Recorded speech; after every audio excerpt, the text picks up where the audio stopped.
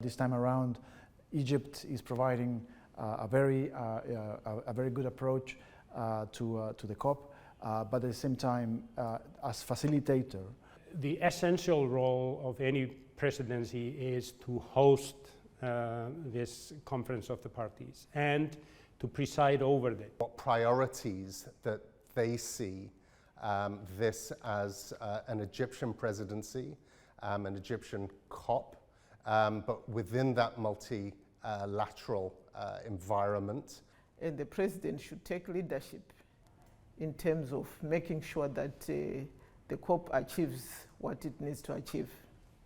No, the presidency has a strong legitimacy. It is very respected by the parties. In terms of the context of where the COP's happening, it's happening in Africa, in a country that's rapidly developing and has its own unique challenges.